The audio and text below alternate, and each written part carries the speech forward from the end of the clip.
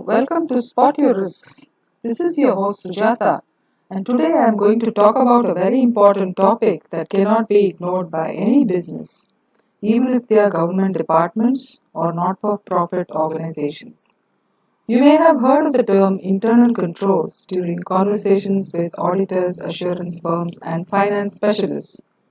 Wonder why it is so important? That is because weak controls can jeopardize the existence of an enterprise.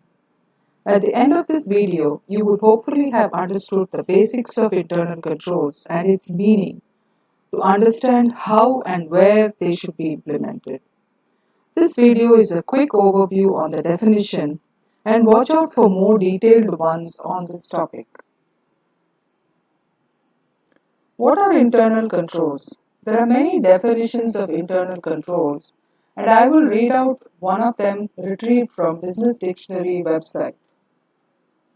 Systematic measures such as reviews, checks and balances, methods and procedures instituted by an organization to conduct its business in an orderly and efficient manner, safeguard its assets and resources, deter and detect errors, fraud and theft, ensure accuracy and completeness of its accounting data, produce reliable and timely financial and management information, and ensure adherence to its policies and plans.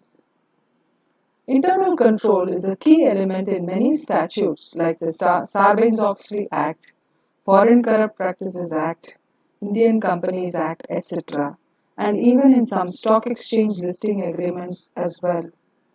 Very often, people think that internal controls or failure of the same are relevant only for financial statement reporting.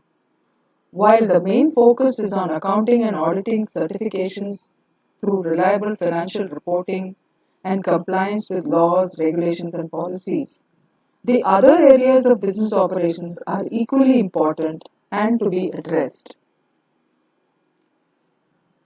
Let's look at some examples of internal controls and risks. When you look at these examples, you will automatically understand that internal controls and risks are interrelated. Let us look at the scenario where a user of an application has authorization to approve purchase orders and also to change or edit master data particulars of suppliers. This is a classic example where both these tasks should not be given to the same person. Why? There is a risk that he or she may manipulate supplier terms, payment details, or bank details while also approving purchase orders. This is called segregation of duties risks or SOD risks in audit parlance. Such kind of risks have to be prevented as far as possible by separating the tasks to two persons or mitigating the risk through a 4I principle that someone oversees both the tasks performed by the same person. Lack of internal controls exposes organizations to risk. As you can see from the examples, internal controls is not only restricted to finance and accounting functions but spans across all operations. Procedures for safeguarding inventory and physical assets, which is non-compliance, and the risk is non-compliance with internal procedures will result in financial losses due to theft or degradation of inventory. They are as equally important as paying statutory dues to government on time, which brings in a risk of non-compliance with external laws, attracts penalties and fines. These are just a few examples, and they extend to several hundreds of transactions, and this is where businesses are expected to prepare a risk control matrix. This is ideally to find out what controls are in place to cover risks and what are the uncovered risks that needs controls. Also, it helps identify which processes are over controlled or under controlled and reduces productivity. Which businesses require internal controls? Whether you are a small business or a large organization, or even a family owned proprietorship concern, you cannot survive without basic internal controls over your operations. You need to have appropriate checks and balances in all your processes and clearly laid out procedures that can be monitored or are auditable. Whether you are a huge conglomerate operating on a global basis or a large business having domestic operations, small and medium enterprises, non-profit organizations, or government organizations and departments, you still need to have business controls in place. An organization's governance policies sets the tone at the top, and with proper internal controls in line with internal policies and procedures and external compliance requirements must be set in place for all functions such as finance and accounting, procure to pay, order to cash, human resources, and other processes. These internal controls initially set is not cast in iron and stone. They must be continuously reviewed and monitored in order to ensure that they are working properly in the manner intended and are effective. In this manner, you can ensure that daily operations are in line with business governance and external compliances. There are some common myths prevailing on internal controls. Myth number one: our company has implemented the best ERP. We have implemented a lot of automated controls in place.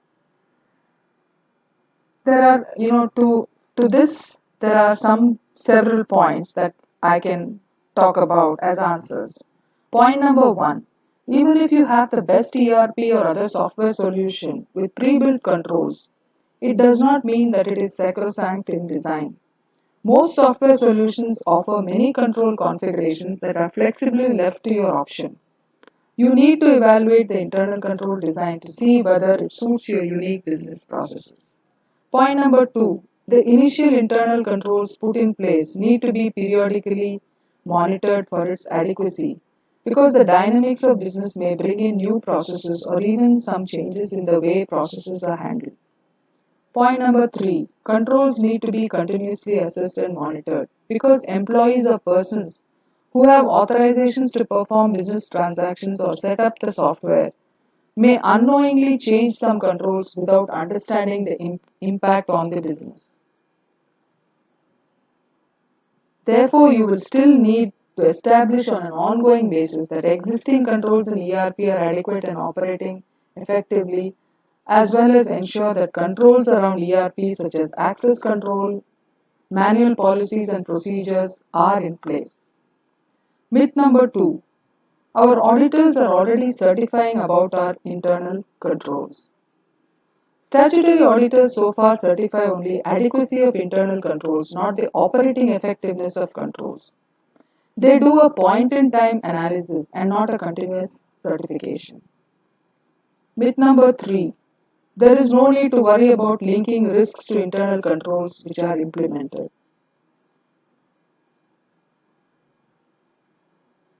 Insiders, fraudsters, or manipulators may take advantage of some weak internal controls to benefit themselves or their counterparts, either through access to sensitive information or causing financial leakage that could go unnoticed for a long time. There may be unidentified risks without control coverage, resulting in unmitigated risks in processes. Statutory requirements in many countries and stock exchanges demand internal control certifications. Though internal control is not a new concept, the strict focus on it started with the Sarbanes-Oxley Act in the USA. Following this, many countries have more or less drafted compliance requirements similar to or in line with SOX. Many stock exchanges also have made it necessary for periodic certification of proper internal controls. Clause 49 of the SEBI listing agreement in India is a case in point. Also, the Indian Companies Act has made far-reaching amendments and new provisions for corporate governance, internal financial controls, and fraud investigation and reporting. For example, JSOX, the Japanese SOX version, LSF in France, and CLERP 9 in Australia are more or less similar in spirit to the adherence of internal controls in business and its transparency in certification of financial statements. Let's look at the best practice framework by COSO. COSO stands for the Committee of Sponsoring Organizations of the Treadway Commission. It is a joint initiative of the 5 private sector organizations. These are the American Accounting Association, American Institute of Certified Public Accountants, Financial Executives International, IMA Association of Accountants and Financial Professionals, and the Institute of Internal Auditors, and is dedicated to providing thought leadership through the development of frameworks and guidance on enterprise risk management, internal control, and fraud deterrence. Let's look at the top of the framework cube. Internal control is a process effected by an entity's board of directors or top management to provide reasonable assurance regarding the achievement of objectives relating to operations, reporting, and compliance. These have to cover all business units and activities shown on the side of the cube. Operations objective pertains to the effectiveness and efficiency of the entity's operations, including financial and operational performance and safeguarding of assets. Reporting objectives pertains to financial and non-financial reporting and encompasses reliability, timeliness, and transparency and other requirements set by regulators or internal guidelines. Compliance objectives pertains to laws and regulations applicable to the respective organizations. Let's now look at the various layers at the front of this cube. Control environment is the tone at the top. It signifies what corporate governance standards, policies, and procedures are set by the board of directors and top management. This then provides the basis for carrying out the internal control across the organization and various business units. Risk assessment denotes a dynamic and iterative process for identifying and assessing the risks faced by the organization. Unattended risks may pose a serious threat to the organization and render internal controls ineffective. Control activities are the various plans formulated to perform manual or automated preventive or detective test plans to assess the state of effectiveness and efficiency of internal controls. These activities are to be performed across operational, financial, and compliance processes that run across the corporate and multiple business units as shown in the matrix cube. An example of control activities, segregation of duties, risk assessment, which is the foundational internal control test. We shall see that in greater detail in a separate video session. Information and communication is a continuous process of sharing and getting necessary information flowing down across and up the organization across all stakeholders. This is an extremely important factor to imbibe control responsibilities. They are taken to ensure they are taken seriously. This is also important for external communication to share information received from outside parties and respond to requests by other statutory bodies that demand information on control effectiveness. Monitoring means that continuous evaluation of controls and periodic evaluation of controls, manual certifications, and all findings are aggregated and evaluated against the requirements of regulatory bodies and standard setting organizations. And the board of directors are kept in the loop and reported for corrective action. Extended definition of the COSO cube includes risk management. Organizations need to think and rethink their strategy in this dynamic, volatile, complex, and ambiguous business environment. The importance of enterprise risk management and its integration with strategic performance indicators is recognized as one of the key factors to keep business on a successful trajectory. That is why you see in the new extended definition an additional layer called strategic along with the other operational, financial, and compliance layers. It is a focused framework that emphasizes the importance of strategic planning and performance management, keeping enterprise risks in mind. Objective setting takes into account the business context, evaluates different strategies taking into account the risk objective relevant at the various levels of the organization. The risk events or scenarios are then identified, prioritized based on their severity. Risks are to be assessed on an ongoing basis to keep track of when action or response plans have to be implemented in order to prevent losses. All these activities of integrated risk and control evaluations are ideally to be performed at entity levels, divisions, business units, subsidiaries, etc.